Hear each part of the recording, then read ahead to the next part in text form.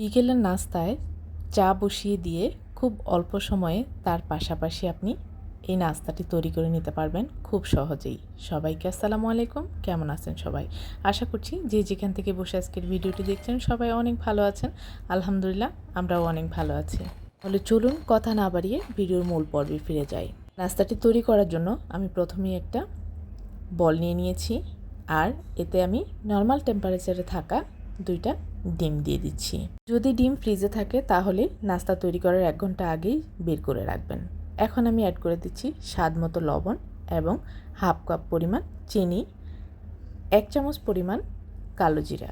এখন আমি এই সকল উপাদান খুব ভালোভাবে মিশিয়ে নিব। যতক্ষণ পর্যন্ত চিনিটা গলে না যায় ততক্ষণ পর্যন্ত আমার এটা মেশাতে হবে। এখানে চিনির পরিমাণটা আপনারা আপনাদের স্বাদের উপর নির্ভর করে দিবেন। এখন আমি অ্যাড করে দিচ্ছি 1 কাপ পরিমাণ আটা, আর 1 কাপ আটা আমি পাশেই রেখে দিচ্ছি। অ্যাড করে দিচ্ছি 2 টেবিল চামচ পরিমাণ সয়াবিন তেল।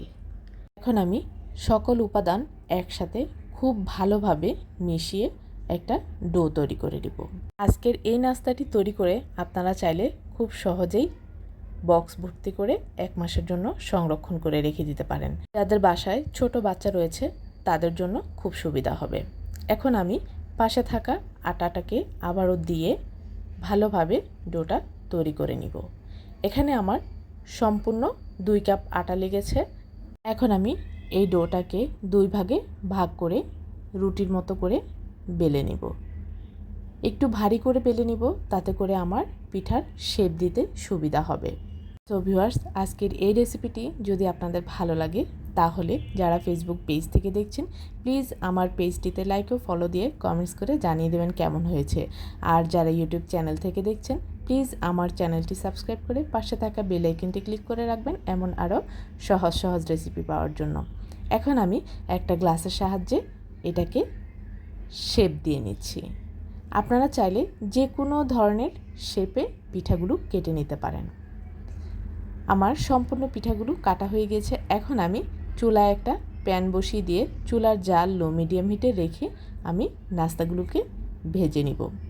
এ পর্যায়ে খেয়াল রাখতে হবে কোনোভাবেই চুলার জাল হাই হিটে দেওয়া যাবে না, তাতে করে নাস্তাগুলোর উপরের অংশে কালার চলে আসবে, ভিতরের অংশটা কাঁচা থেকে যাবে। তো ভিউয়ার্স, আজকের এই নাস্তার রেসিপিটি যদি আপনাদের ভালো লাগে একবার হলেও বাসায় তৈরি করে খাওয়ার অনুরোধ রইল। আমার নাস্তাগুলোর 1 পিঠ হয়ে গিয়েছে। আমি এখন এগুলোকে উল্টে দিয়ে ভালোভাবে 2 পিঠ একই রকম করে ভেজে নিব। খুবই সুন্দর একটা কালার এসেছে। আপনারা চাইলে খুব সহজেই এই নাস্তাটি বিকেলের নাস্তা হিসেবে তৈরি করে অতিথি আপ্যায়নও দিতে পারেন। খুবই মজাদার এই নাস্তাটি, ছোটো বড়ো সবাই খেতে খুবই পছন্দ করবে। আমার নাস্তাগুলো ভাজা হয়ে গিয়েছে, এখন আমি এগুলোকে তুলে নিচ্ছি। এগুলোর শব্দ শুনেই আপনারা বুঝতে পারছেন কতটা ক্রিস্পি এবং কতটা মজার হয়েছে। আজকের এই নাস্তাটি আপনারা খুব সহজেই খুব অল্প উপকরণ দিয়ে বানিয়ে ফেলতে পারবেন।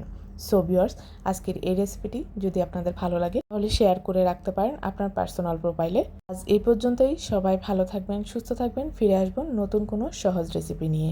আল্লাহ হাফিজ।